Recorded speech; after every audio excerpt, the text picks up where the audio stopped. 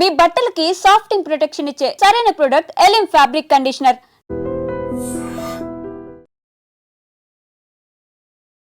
Hi hello నమస్తే, welcome back to I dream media. ఇక అనుకోని ఒక దుర్ఘటన అయితే జరగడం జరిగింది. ఇక్కడ ముఖ్యంగా అబ్జర్వ్ చేసినట్లయితే ఎయిర్ ఇండియా బోయింగ్ AI-171 అనే ఫ్లైట్ ఏదైతే ఉందో అహ్మదాబాద్ నుంచి లండన్ వెళ్తుండగా ఇమీడియట్లీ అంటే ఫ్లైట్ స్టార్ట్ అయిన టేక్ ఆఫ్ అయిన 2 నిమిషాలకి ప్రమాదం జరిగినట్టుగా చెప్తా ఉన్నారు. అయితే ఈ ప్రమాదం గురించి ముఖ్యంగా ఫ్లైట్ టేక్ ఆఫ్ అండ్ ఫ్లైట్లో జరిగే ప్రమాదాల గురించి ఒక క్లియర్ ఇన్ఫర్మేషన్ అనేది మనం తీసుకుందాం. ఈ విషయాలపై మనకి ఒక క్లియర్ ఇన్ఫర్మేషన్ ఇవ్వడానికి మనతో పాటు ఉన్నారు పైలట్ బాబీ అజ్మీరా గారు. మ్యామ్తో మాట్లాడదాం. నమస్కారం మ్యామ్. నమస్తే సార్. నమస్తే. అంటే మ్యామ్, యూజువల్లీ ఒక ఎయిర్ ఇండియా ఫ్లైట్ ఏ ఫ్లైట్ అయినా కూడా చాలా చెక్స్ అనేవి చేస్తూ ఉంటారు. అది టేక్ ఆఫ్ అయ్యే ముందు చాలా జాగ్రత్తలు తీసుకుంటూ ఉంటారు అని చెప్తూ ఉంటారు కదా. బట్ అప్పటికి కూడా ప్రమాదం జరగడానికి గల కారణాలు ఏంటి? ముఖ్యంగా ఈ సంఘటనలో ప్రమాదానికి మెయిన్ రీజన్ ఏదై ఉంటుందంటారు? సార్, ఇవాళ ఏమైనా ఆ క్రాష్ మాత్రం it's a black day in the Indian aviation history actually. అంటే మనకి 1 గోలో 200 అండ్ ఇప్పుడు 229 సో ఫార్ 229 ప్యాసింజర్స్ చచ్చిపోయినారు. 229 ప్యాసింజర్స్ ప్లస్ క్రూ, అంటే ఓన్లీ 1 ప్యాసింజర్ ఈజ్ అలైవ్. దీంట్లో ఇప్పుడు ఈ ఎయిర్ క్రాఫ్ట్ మెయింటెనెన్స్ అనేది నిజంగానే ఎయిర్ ఇండియాలో చాలా బాగుంది. అదే కాకుండా engineering staff talent pool they are excellent అనమాట. అండ్ ప్రతి ఎయిర్ క్రాఫ్ట్ కి before take off every engineer staff will check every instrument and they will give a go signal. అంటే దే విల్ సైన్ 1 సర్టిఫికేట్ అనమాట. Every parts every instrument is working, you can take off అని చెప్పేసి. So ఆ రకంగా we have no doubt about it. Coming to the ఈ plane లో accident, ఇప్పుడు pilots licence current ఉన్నాయి, మెడికల్ లైసెన్స్ కరెంట్ ఉన్నాయి, training procedures as per standard operating procedures ICAO standard ప్రకారం, కంపెనీ స్టాండర్డ్ ఆపరేటింగ్ ప్రొసీజర్ ప్రకారం it is up to the mark అనమాట. కానీ ఇది ఎందుకు అయింది, దీని రీజన్ ఏముంది, అది ఇంకా ఎవరు చెప్పలేరు సార్. ఎందుకంటే ఓన్లీ టేక్ ఆఫ్ కాగానే 1 minute లోనే pilot has declared mayday mayday mayday అంటే ఇట్ ఇస్ అన్ ఎమర్జెన్సీ. ఇది ఇనిషియల్ క్లైమ్ స్టేజ్ లోనే instead of climbing aircraft started going down, descend అవుతుంది మీరు చూస్తే. సో దీనికి రీజన్ మనకి only after the black box, అంటే FDR, ఇప్పుడు ఫ్లైట్ డేటా రికార్డర్ అనే ఒక ఇన్స్ట్రుమెంట్ ఉంటుంది సార్. దాంట్లో ఏంటంటే that is valid for 25 hours అనమాట. దాంట్లో ఇప్పుడు టేక్ ఆఫ్ అయినప్పటి నుంచి right from the push back నుంచి ల్యాండింగ్ వరకు. సో దీంట్లో ప్రతి మైన్యూట్ అన్నమాట, ఎమర్జెన్సీ ఎక్కడ ఫెయిలియర్ ఉంది, ఏ సిస్టమ్ ఫెయిల్ అయింది, ఏం హెడింగ్ ఉంది, ఏం యాటిట్యూడ్ ఉంది, ఏం ఆల్టిట్యూడ్ లో అది టర్న్ అవుతుంది, హెడింగ్ అంటే స్పీడ్ ఎంత ఉంది, everything is recorded in it. So and take off ముందు మనకి ఫ్లైట్ డిస్పాచ్ నుంచి we will get the weather details, we will get the flight path details, we will get the based on the speeds, మన fuel calculations అన్ని ఉంటాయి అనమాట. So we need not worry. ఇది ఇంకొకటి మనకి CVR అని ఉంటుంది అనమాట. That is like cockpit voice recording. That validity is only for 2 hours. అంటే కాక్పిట్ లో పైలట్స్ ఏం మాట్లాడతారు కూడా దాంట్లో రికార్డింగ్ అయి ఉంటుంది. సో ఈ సందర్భంలో ఇప్పుడు తెలిసిన విషయం ఏంటంటే investigation team has captured the black box. They have to investigate. దాని తర్వాతనే మనకు తెలుస్తుంది what is the actual reason. It is too early to talk about what is the emergency, what has happened. It might be a engine failure, it might be a bird hit, it might be a other instrument. We really don't know what is what. And ముఖ్యంగా ఇది ఒక international flight journey అని చెప్పొచ్చు. And Ahmedabad to London, అందులోనూ 52 members London residents అనేది ఉండడం జరిగింది. అయినప్పటికీ కూడా ముఖ్యంగా ఒక ఇంటర్నేషనల్ ఫ్లైట్ టేక్ ఆఫ్ అవుతుంది అన్నప్పుడు ఇలా ఫ్లైట్ ఇష్యూ జరిగినాక కమాండింగ్ ఆఫీస్ ఏదైతే ఉంటుందో కంట్రోల్స్ అనేవి ఎవరి చేతిలో ఉంటుంది? మేజర్గా పైలట్సే దానికి జాగ్రత్తలు తీసుకోవడానికి మెయిన్ రీజన్ ఏమైనా స్కోప్ ఉంటుందా, లేకపోతే కమాండింగ్ ఆఫీస్ దగ్గరలో ఉన్న దగ్గర నుంచి ఏమైనా దాన్ని కంట్రోల్ చేసే ఛాన్సెస్ ఉంటాయంటారా? లేదు సార్. ఇప్పుడు కాక్పిట్ లో 2 క్రూ ఉంటారు అనమాట. ఒకటేమో కెప్టెన్ ఉంటాడు, ఇంకొకడేమో అసిస్ట్ చేస్తా ఉంటాడు, కో పైలట్. సో ఇప్పుడు ఒకటి ఏంటంటే he will be doing the communication while the whole route అనమాట. అండ్ ఒక ఆయనేమో ఫ్లై చేస్తాడు. So that particular flight, the person who flies is the commander of the flight.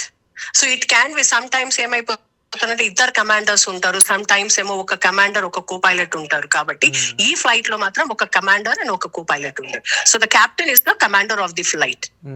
And no captain wants to die sir, nobody wants to die whether it is a domestic or international flight. It is a very bad thought that today these things are happening. మనకు అయింది కానీ అది ఏమైందో we have to still look into it. ఇంకొకటి ఏంటంటే ఇప్పుడు Boeing 787 Dreamliner is an advanced technology, performance wise advanced ఉంది దీనికి, అన్ని రకంగా ఇట్ ఈస్ ద లేటెస్ట్ అన్నమాట. So but still what happened అనేది nobody has a clue. And moreover Bobby Ajmeera garu, and జనరల్గా ఫ్లైట్ ల్యాండింగ్ ఇలాంటి సిచ్యువేషన్లో ఉన్నప్పుడు అక్కడ ఉన్న సిచ్యువేషన్లో ఇది రైట్ నౌ ఒక మెడికల్ కాలేజ్కి సంబంధించిన హాస్టల్ మీద ల్యాండ్ అయినట్టయితే క్లియర్గా మనకి పిక్చర్స్ అన్నీ కూడా తెలుస్తూ ఉన్నాయి. బట్ ఆ ల్యాండింగ్ కూడా అంత కష్టంగా ఉంటుందా, ఎలా ఉంటుంది, దాని గురించి కాస్త ఐడియా ఇస్తారా? సార్ ఇది ల్యాండింగ్ కాలేదు సార్, లెట్ us అండర్స్టాండ్, ఇది ల్యాండ్ కాలేదు, aircraft has dropped complete out of control అని చెప్పొచ్చు అంటారు. కంప్లీట్లీ ఎమర్జెన్సీ, ఇంకా అవుట్ ఆఫ్ కంట్రోల్ అంటే there might be you cannot అన్నమాట. It is just take off mode లోనే ఉంది అది. సో అది కెప్టెన్ కి కూడా బై ద టైం, ఎందుకంటే 600 feet by the time he could really connect it, flight is down, fraction of second లో flight down ఉంది కాబట్టి they might be also in the shock. And వాడి ఏటీసీ కి captain mayday అని అనే captain కి ఆయన రెస్పాండ్ చేసే వరకు we're nowhere, we're in the ground. అంటే ఆ టైంలో ప్యాసింజర్స్ ని కూడా కాపాడలేని టైంలా కనిపిస్తుంది మీరు చెప్తున్న, చాలా ఫ్రాక్షన్ ఆఫ్ సెకండ్స్ లా కనిపిస్తుంది. అన్ఆంటిసిపేటెడ్ యాక్సిడెంట్ ఇది, అన్ఆంటిసిపేటెడ్ యాక్సిడెంట్ ఇది. So very critical. అది ఏమైంది, ఎలా అయింది కూడా we don't know. It is a very sad thing. మనకు ఇన్వెస్టిగేషన్ టీమ్ అది మొత్తం ఇన్వెస్టిగేట్ చేసిన తర్వాతనే we will know what is the technical issue అని. అంటే హిస్టారికల్ గా కానీ లేకపోతే ఒక బ్యాక్ డేటా చూసుకున్నట్లయితే ఇలాంటి ప్రమాదం ఎప్పుడైనా జరిగిందా, ముఖ్యంగా దానికి పాసిబుల్ రీజన్స్ ఏ ఉండే ఛాన్సెస్ ఉన్నాయంటారు?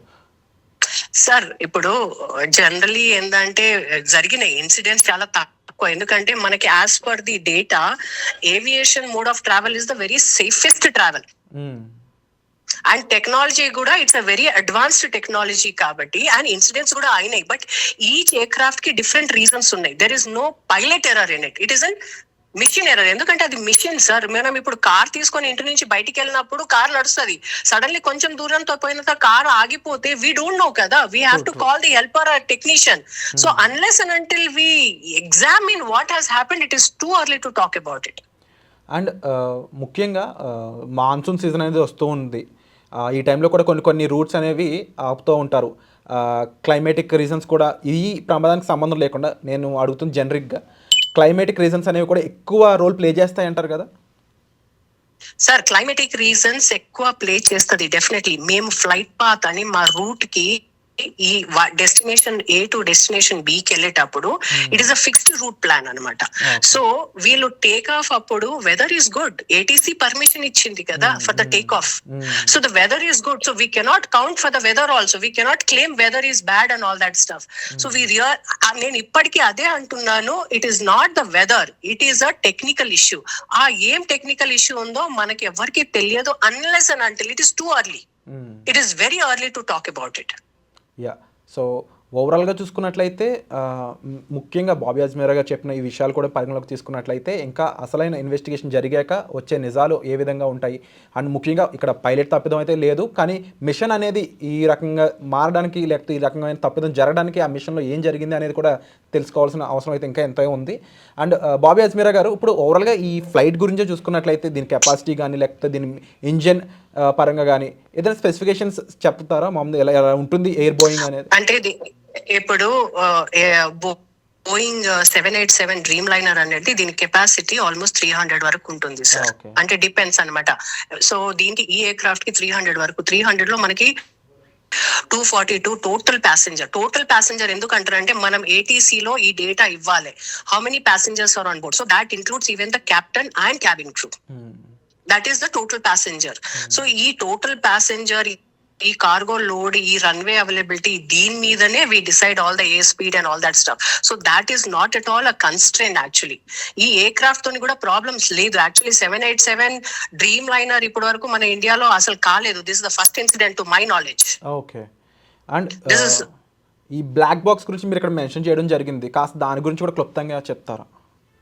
సార్ ఈ బ్లాక్ బాక్స్ అనేది it is nothing but the air craft లో ఏమైనా మాల్ ఫంక్షన్ ఉన్నప్పుడు ఈ బ్లాక్ బాక్స్ లో ఇండికేట్ అవుతుంది అనమాట. ఈ బ్లాక్ బాక్స్ ఏంటంటే it includes of flight data recording. ఈ ఫ్లైట్ పాత్ మనకి డెస్టినేషన్ A to B వెళ్ళేటప్పుడు ప్రతి minute data will be recorded in it అనమాట. You don't have to record, it is recorded automatically. And దీనికి validity 25 hours ఉంటుంది. అదే కాకుండా మీరు ఎయిర్ క్రాఫ్ట్ కి పార్కింగ్, ఇప్పుడు టాక్సీ స్టార్టింగ్ నుంచి ల్యాండింగ్ వరకు ఆ కాక్పిట్ లో కూడా అది flight data recording, flight details చెప్తారు. ఇది కాక్పిట్ లో 2 captains ఏం మాట్లాడుతుండ్రు అది cockpit voice recording. So that is also valid for 2 hours. So ఈ డేటాకి మనం బ్లాక్ బాక్స్ అంటాం. ఈ బ్లాక్ బాక్స్ లో ఇన్ఫర్మేషన్స్ అన్ని ఉంటాయి అనమాట. సో దీంతోనే మనకి తెలుస్తుంది ఏం ఇష్యూ ఉంది, ఏం టెక్నికల్ ఇష్యూస్ ఉంది. అంటే హెడ్డింగ్ లో ప్రాబ్లం అయిందా, ఇంజిన్ ఫెయిల్ అయిందా, లెఫ్ట్ ఇంజిన్ ఫెయిల్ అయిందా, రైట్ ఇంజిన్ ఫెయిల్ అయిందా, లేకుంటే బోత్ ఇంజిన్స్ ఫెయిల్ అయిందా, లేకుంటే బర్డ్ హిట్ అయిందా, లేకుంటే ఇంకా ఏమైనా మాల్ ఫంక్షన్ అయిందా, వాట్ ఈస్ ద ఇష్యూ. ఇప్పుడు టేక్ ఆఫ్ అప్పుడప్పుడు ఏమైపోతుంది అంటే ల్యాండింగ్ గేర్ కూడా ఇప్పుడు చేయడానికి you have, so landing gear switch పెట్టినా కూడా అది స్టక్ అప్ అయిపోయింది, లో ఆల్టిట్యూడ్ ఉండే, స్పీడ్ తక్కువ ఉండే. So it is all factors we don't know. So there are so many factors which are involved in it. అందుకోసం ఏమంటున్నా అంటే it is too early for us to decide. Okay, so ఎవరు responsibility అని చెప్పడానికి కూడా ఇప్పుడు టైం అయితే correct కాదని చెప్తవచ్చు. అండ్ మరీ ముఖ్యంగా ఆఫ్టర్ ఇన్వెస్టిగేషన్ యూజువల్లీ ఇది ఎవరెవరి మీద, అంటే ఏ డిపార్ట్మెంట్స్ మీద మోస్ట్లీ ఫోకస్ ఉండే ఛాన్స్ ఉందంటారు? సార్ ఒకటేందంటే ఇప్పుడు ఫ్లైట్ లో డిపెండింగ్ అపాన్ ది, ఒకటేమో మనకి ఇంజనీరింగ్ డిపార్ట్మెంట్ ఉంటది, కాక్పిట్ ఉంటది, సో డిఫరెంట్ ఫ్యాక్టర్స్ ఉంటది, కార్గో ఉంటది, సిఆర్ఎం అంటే కింద ప్యాసింజర్స్ కూడా కార్గోది ఉంటది. So there are so many factors which are involved in it. ఇప్పుడు ఏంటంటే మనకి టేక్ ఆఫ్ అప్పుడు జనరల్లీ ఏంటంటే it's a very critical period. It is initial take off hardly 600 feet కి అది టైం అయింది. అంటే 1 minute లోనే the flight instead of climbing అది కిందికి వస్తున్నప్పుడే కెప్టెన్ రియలైజ్ అయిపోయి మేడే అని అన్నాడు. కానీ టైం లేదు, ఎందుకంటే ఫ్యూల్ ఫుల్ ఉంది, ప్యాసింజర్ ఫుల్ ఉంది, ఎయిర్ క్రాఫ్ట్ క్లైంబ్ అయితలేదు. సో అది ఫ్రాక్చర్ మనకి ఎట్లా అంటే పైనుంచి బాల్ 27th floor నుంచి బాల్ పడేస్తే ఎంత ఫాస్ట్ గా ఇదవుతుందో, అన్ఫార్చునేట్లీ అది మెడికల్ బిల్డింగ్ మీద పడ్డది sir. Completely gravitation and lot of scientific reasons అని చెప్పొచ్చు. And usually flight take off అయ్యాక, అంటే యాజ్ ఎ పైలట్గా మీరు ఎన్నో ట్రావెల్ చేస్తుంటూ ఉంటారు, ఫ్లైట్ టేక్ ఆఫ్ అయ్యాక అండ్ ఈ జనరల్ ఏమేమి ఉంటుంది, మేము చూసినంత వరకు విన్నంత వరకు ఫ్లైట్ అటెండెంట్స్కి, ఫ్లైట్ సిబ్బందికి మీరు ఇచ్చే కొన్ని కమాండ్స్ కానీ అండ్ జనరల్గా ప్రొసీజర్ ఏ విధంగా ఉంటుంది అంటారు? ఏం లేదు sir, as soon as you take off like there are certain speeds అనమాట. V1 స్పీడ్ ఉంటుంది, అది క్రాస్ అయితే you cannot do the reject take off అనమాట. So then you have a rotating speed, దాని తర్వాత you have a climbing speed, positive climb అంటే then you put the landing gear, then flaps మెల్లమెల్లగా. So there are separate levels till you go into the cruising level. This all comes into the climbing level అనమాట. Once the cruising level is there, you are stabilized. And once you reach your destination, you start descending with the ATC control and you tell anamata. So deentlo em ayipothundante in any phase of life there might be an emergency. Okay, but aa emergency ki meeku time untundi to think, act upon on it. Kani idi take off time ki ayipoyindi kabatti firstly there is very marginal time to think and act upon it. True Flight is full, so ఈ incidents చాలా rare అవుతుంది and very unfortunate. True. అంటే మీరు ఇప్పుడు ఈ information ఇవ్వడం వల్ల చాలా మందికి అవేర్నెస్ వస్తుంది. ఎందుకు అంటే రకరకాల కామెంట్స్ వస్తూ ఉన్నాయి, అదేంటి ఫ్లైట్ ముఖ్యంగా పారాచూట్స్ ఉంటాయని చెప్పేసి కింద డ్రాప్ అవ్వచ్చు కదా అని రకరకాల ఒక అంటే ఏమని చెప్పొచ్చు అంటే ఇల్లిటరేటెడ్ కామెంట్స్ అయితే మనం చదువుతూనే ఉన్నాము ఓవరాల్ సోషల్ మీడియా. బట్ మీరు చెప్పిన అంశం బట్టి క్లియర్గా వాళ్ళకి ఒకసారి ఇంకొక స్టేట్మెంట్ ఇస్తారా ఈ సిచ్యువేషన్ గురించి?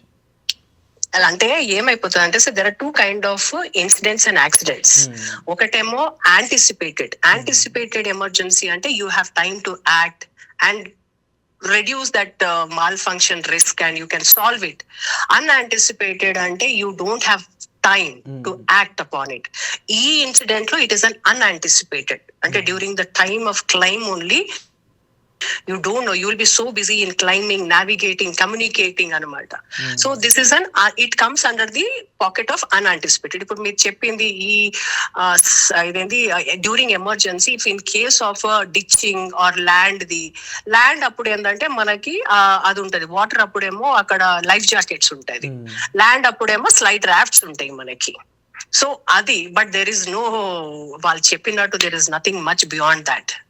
యా, అండ్ ఓవరాల్గా చూసుకున్నట్లయితే ఒక ఇందులో 52 మెంబర్స్ లండన్ రెసిడెంట్స్ కానీ లేకపోతే మిగిలిన ఇండియన్స్ అయి ఉండొచ్చు, అండ్ ముఖ్యంగా ex chief minister of Gujarat కూడా ఉండడం జరిగింది.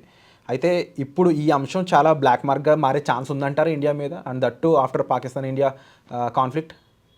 సార్ ఇది పాకిస్తాన్ ఇండియాకి ఏం కనెక్షన్ లేదు, బట్ ఇంటర్నేషనల్ గా మన మీద ఎలాంటి లేదు సార్. దిస్ ఇంటర్నేషనల్ అంటే Indian aviation and general aviation in abroad is two different things.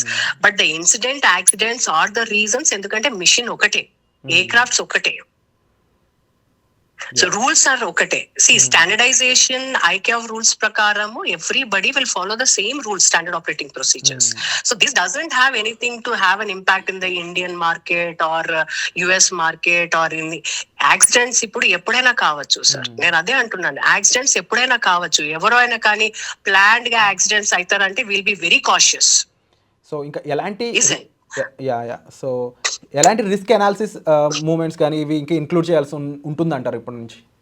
Sir risk analysis ఏంటంటే ఈ pilots are trained upon the emergencies అనమాట. ఇట్ క్యాన్ బి డిచ్చింగ్ అయినా, ల్యాండింగ్ అయినా, ఇన్స్ట్రుమెంట్ లోపల ఏమైనా ఇన్స్ట్రుమెంట్ వర్క్ పని చేస్తలేరు. So there are so many procedures where these people are upgraded, upskilled. Then only they are kind of put into the cockpit. అంటే usually ఎన్ని hours of flight training తర్వాత ఇలాంటి major flights నడిపే chance వస్తుంది అంటారు ma'am? అట్లా ఏం లేదు sir. As per Indian aviation ఇప్పుడు మీకు CPL చేయడానికి 200 hours కావాలి సార్. కమర్షియల్ పైలట్స్ లైసెన్స్ రావడానికి director general of civil aviation exams ఉంటాయి.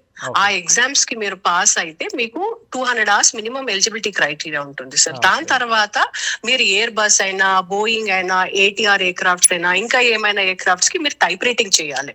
Those type rating is for 45 days. దాని తర్వాత you apply for any airline.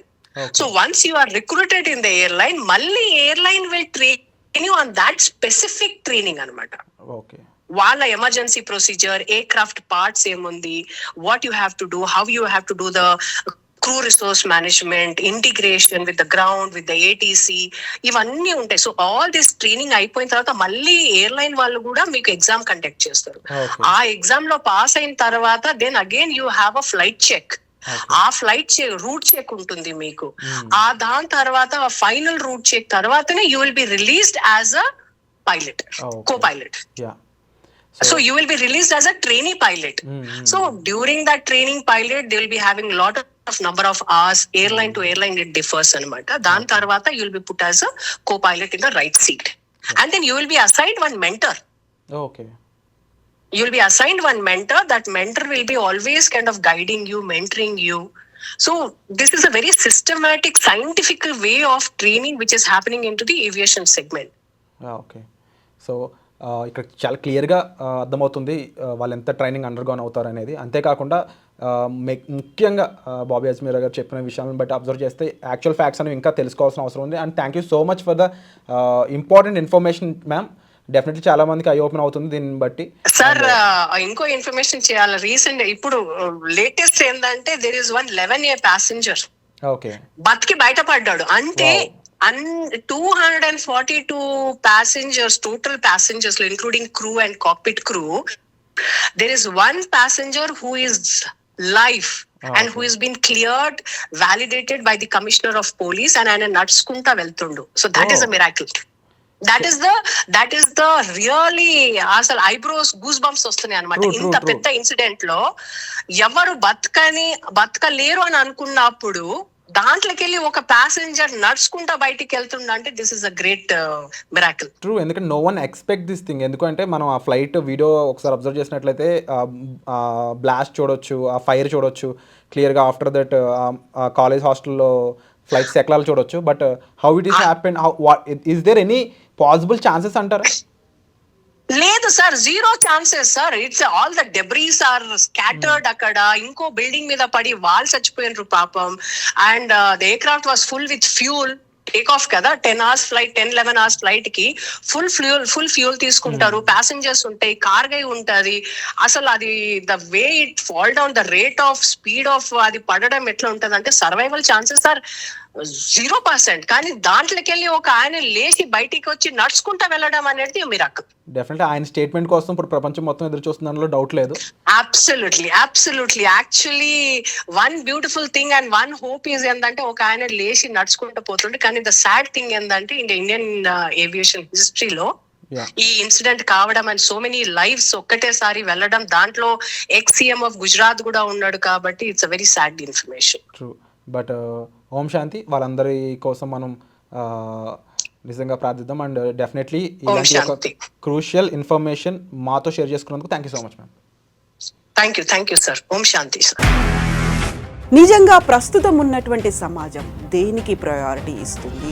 ఆర్థిక సంబంధాల చుట్టూ మాత్రమే తిరుగుతోంది. మళ్ళీ ఎన్నికలంగానే చాలా విరక్తి కలుగుతున్నాం. మంచి అనిపిస్తుంది కదా, లేడీస్ కూడా ఛాలెంజింగ్ జాబ్స్ చేసినప్పుడు చాలా బాగుంటది. ట్రాఫిక్ అసిస్టెంట్స్ గా నియమించిన ట్రాన్స్జెండర్స్ అందరితో సాల్యూట్ చేయించుకుంటున్నారు. ఫుడ్ డెలివరీ ఇవ్వటానికి వెళ్ళినటువంటి డెలివరీ బాయ్ అనిల్ పై కళ్ళ ముందు పెళ్ళండి